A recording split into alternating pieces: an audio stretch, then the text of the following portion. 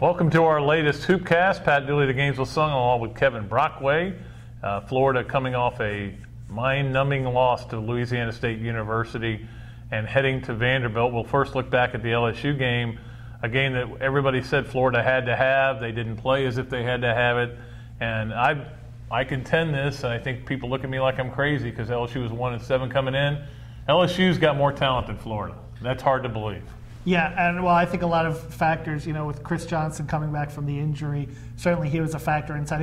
And plus outside too. He was throwing up everything. A 6'11" guy throwing up threes like that, and it's hard to play uphill. I mean, they got behind 14-2 early, and you kept on waiting for kind of the rabbit to come out of the hat. Okay, they did this against South Carolina. They did this against Alabama. You can't necessarily do that all the time, and you got to come out really much from the start. And there was very little, intensity on the defensive end. We saw Johnson go right around Spates for an early basket, and it just kind of snowballed from there. Yeah, it was I think a little disheartening for Florida fans because this is a team that they kind of gotten to where they really liked watching. I had a lot of people tell me, man, I love watching this team. They couldn't have loved what they saw on Wednesday night. This is a team, Kevin, that we've talked about before. They're soft. They don't play good defense. They try to win with points, scoring points with their offense. And it's my opinion that they're not going to get better on defense. And the only way they're going to get better on defense is to recruit. And unfortunately for the Gators and Billy Donovan and all the Florida fans out there, if somebody said to me right now, what's Florida's postseason, I would say NIT. Yeah, and the committee looks at the last 12 and 10-12, and right now they've lost 3 or 4 in February. Right. And I don't know if you can call it the February fade yet, but it's kind of getting close when you consider the way they've played. And interesting. I just asked Billy. I said, "Are you surprised?" Because they had that last Vandy game where they had the 5 days of practice, and I told him, "Are you surprised that for a better term, being blunt, I mean, this team has regressed a little bit in terms of the way they're playing defensively and also on the offensive end with some turnovers."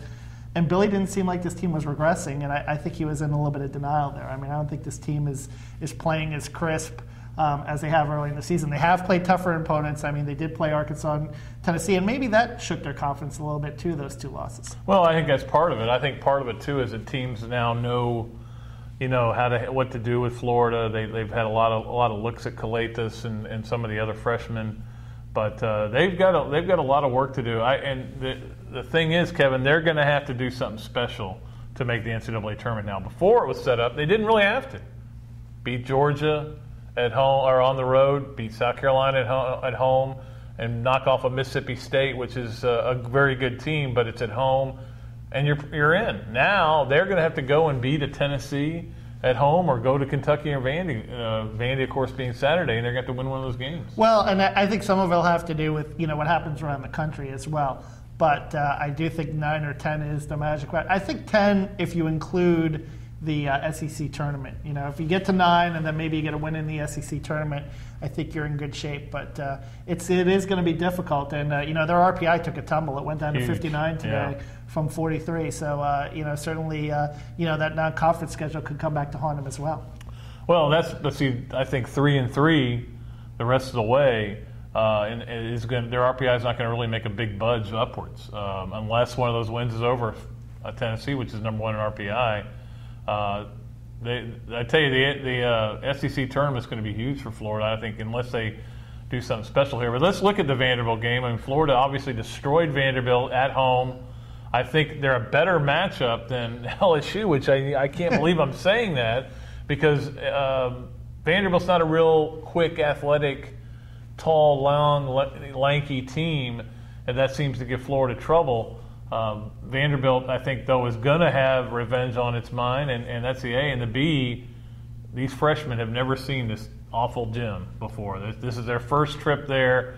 I mean, it's got to have an effect on Lucas, Caletas, all these guys. You've got 2 freshman guards, and in the first half you kind of play away from that bench. And I was asking them a lot today about signals and about how they pick things up or what kind of system they're going to have. But I'm sure playing away from that bench and not being able to look over to Billy for some of the offensive stuff, I'm sure that's going to have an effect. I mean, take a look at Kentucky, only scored 11 points in the first half, and they have an experienced backcourt. But it'll be very interesting. And Billy seemed to think that the stage kind of created more of a factor, that whole Rays stage and their fans and their atmosphere, than the benches. But certainly I think the benches, playing away in the first half will have a little bit of an effect. But I think more importantly, I just think that, this is a game where there's going to be a lot more pressure on them going in because of the LSU loss. They're going to feel like that they need to win this one to make up. And, that'll put a little bit of pressure on them playing on the road and playing that environment. Well, and Vandy's kind of turned it around. They were 2-4 at one point, won 4 in a row. Their schedule's gotten better for them, especially playing more games at home. It's going to be, the funny thing is, Florida there was a time when they did have success up there, and that was kind of their Anthony Roberson days when he used to go up there and light them up. They couldn't defend him. So maybe Florida's going to stun me. If I'm picking right now, I'm picking Vandy. I don't know what the point spread is. I'm picking Vandy and laying the points, but there's no question this team has got to figure something out. Can they? I don't know. Will they? I don't think so. I could see Florida coming out with a sense of urgency similar to what they did against Tennessee, where they came out and they played well and they played very crisp early. I think the question is, on the road in that environment, do they sustain it? And that's what's going to be important. Against Tennessee, they couldn't sustain it. Obviously, Tennessee's depth was a factor there. Vandy's a team, maybe not as deep, but still when you're on the road, you face a lot of obstacles and runs. And I thought, getting back to the LSU game, I thought Butch Pierre did an excellent job of calling timeouts at certain times and getting his team to regroup, something that John Brady probably wouldn't have done in those situations. Yeah. And I think that was a factor in the game. And I think certainly Florida is going to have to be in a position where, if they do get out to an early lead and maybe they're due to play well early, sustain it for the whole 40 minutes.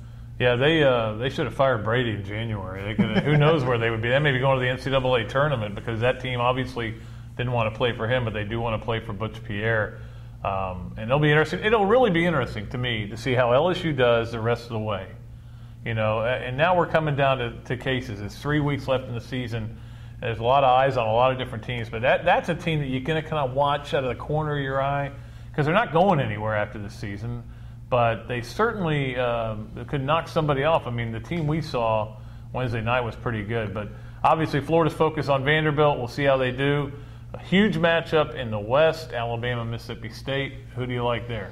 I like Mississippi State. I just think Fernando is too long. Alabama. It's Arkansas, Mississippi State. Arkansas, Mississippi State. Yeah, no, I still like Mississippi State because they're at home, and I think Fernando is too long. He presents a lot of problems. And, Arkansas, you saw what happened against Tennessee. I really liked Arkansas. I thought they were on the come, but for some reason, especially on the road, they seem to struggle, and you never know what you're going to get out of Gary Irvin. And, when he's bad, he's really bad. So when he's good, he's very good. But he's a guy that, with that inconsistency, I don't think Arkansas can.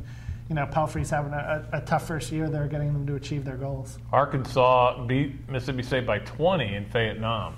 But I think you're right. It'll probably be a different story in Starkville. We'll see how that one goes, and all the other ones. We'll be back with another Hoopcast next week when we preview Florida's home game against South Carolina. You talk about a must-win game.